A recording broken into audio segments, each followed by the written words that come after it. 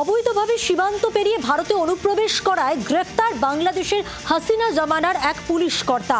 গতকাল সন্ধ্যায় ওই বাংলাদেশি পুলিশ কর্তাকে সীমান্তে আটক করে বিএসএফ।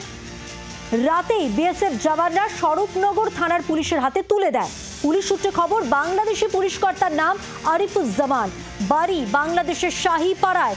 সূত্রের খবর, হাসিনা জমানার পতনের পর থেকেই বাংলাদেশের এই পুলিশ আধিকারিক আরিফুজ্জামান নামে ওই পুলিশ কর্তা নিজের প্রাণ সংশয় হতে পারে অনুমান করেই নিজেই গা ঢাকা দিয়েছিলেন। বাংলাদেশের সাতক্ষীরা এলাকায় কোনো এক জায়গায় গত কয়েক মাস ধরে তিনি গা ঢাকা দিয়েছিলেন। অন্যদিকে জাল নথি তৈরির অভিযোগে পাকড়াও আরও এক বাংলাদেশি। বেআইনিভাবে স্বরূপনগরে থাকার অভিযোগে পুলিশ তাকে গ্রেফতার করেছে। বেআইনি অনুপ্রবেশের অভিযোগে গ্রেপ্তার হলো বাংলাদেশের একজন পুলিশ কর্তা। পুলিশ সূত্রে যেটা খবর, ধৃতের নাম আরিফুজ্জামান। গতকাল বিকেলবেলা হাকিমপুরে যে বাংলাদেশ সীমান্ত রয়েছে সেই সীমান্ত দিয়ে বেআইনিভাবে অনুপ্রবেশ করার সময় হাতে নাতে ধরা পড়ে এবং হাকিমপুর বিওপিতে নিয়ে গিয়ে তাকে জিজ্ঞাসাবাদ করা হয়।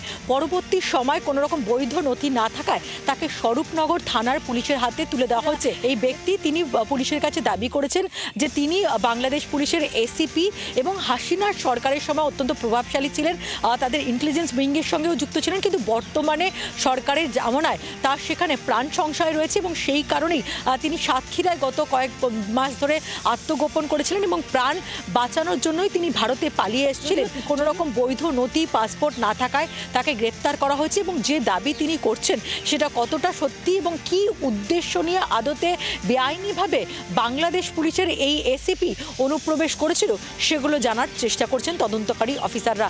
ক্যামেরা পার্সন মিন্টু বসাকের সঙ্গে পিয়ালি ও বিমলের রিপোর্ট, জি24 ঘন্টা, কলকাতা।